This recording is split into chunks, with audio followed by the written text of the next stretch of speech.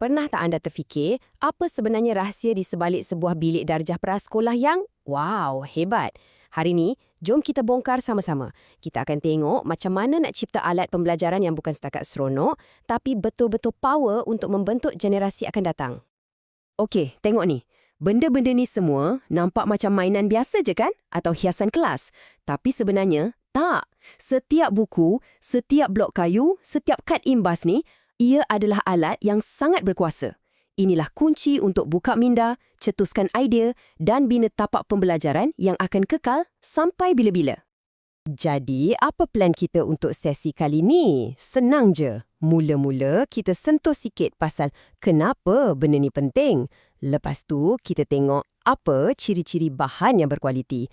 Dan akhir sekali, yang paling best, kita akan belajar macam mana nak buat sendiri. Dah sedia? Jom! Okey, kita mulakan dengan asasnya dulu. Betul tak? Kalau nak bina bangunan tinggi, asas kena kuat. Sama juga dalam pendidikan awal kanak-kanak. Semuanya bermula dari sini. Cuba fikir macam ni. Alat pembelajaran yang paling bagus, dia bukan setakat sumbat fakta dalam kepala budak-budak tu. Tak, dia juga kena sentuh hati, asah kemahiran fizikal. Semua serentak. Inilah yang kita panggil perkembangan holistik. Ia tukarkan proses belajar daripada satu kerja yang kena buat kepada satu pengembaraan yang best.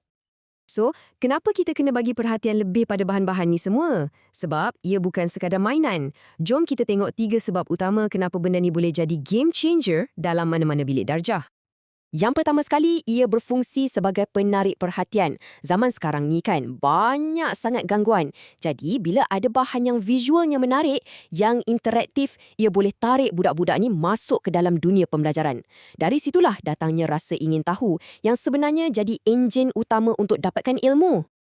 Yang kedua, ia jadi macam jambatan pemahaman. Cuba bayangkan, konsep macam nombor, huruf atau emosi. Benda ni semua abstrak kan untuk budak-budak. Jadi, bahan yang bagus ni dia tolong terjemahkan idea-idea yang rumit ni kepada sesuatu yang diorang boleh nampak, boleh sentuh dan paling penting, boleh faham.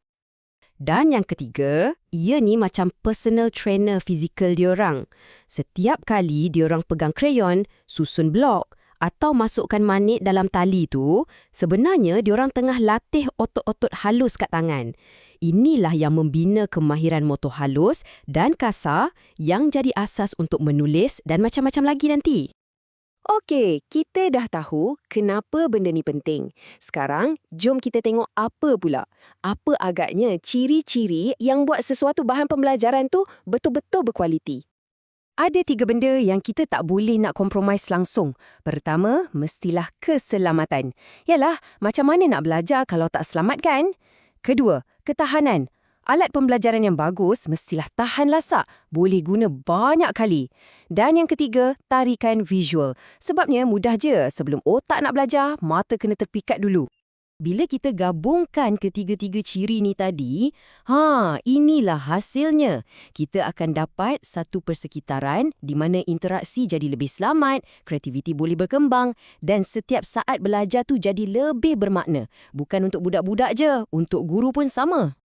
Alright, kita dah cover kenapa dan apa. Sekarang, jom kita masuk bahagian paling praktikal dan paling best. Macam mana? Saya akan kongsikan pelan tindakan 3 langkah mudah untuk ubah idea hebat anda tu jadi alat pembelajaran yang betul-betul bagi impak. Cuba bayangkan proses ni macam kita nak bina rumah.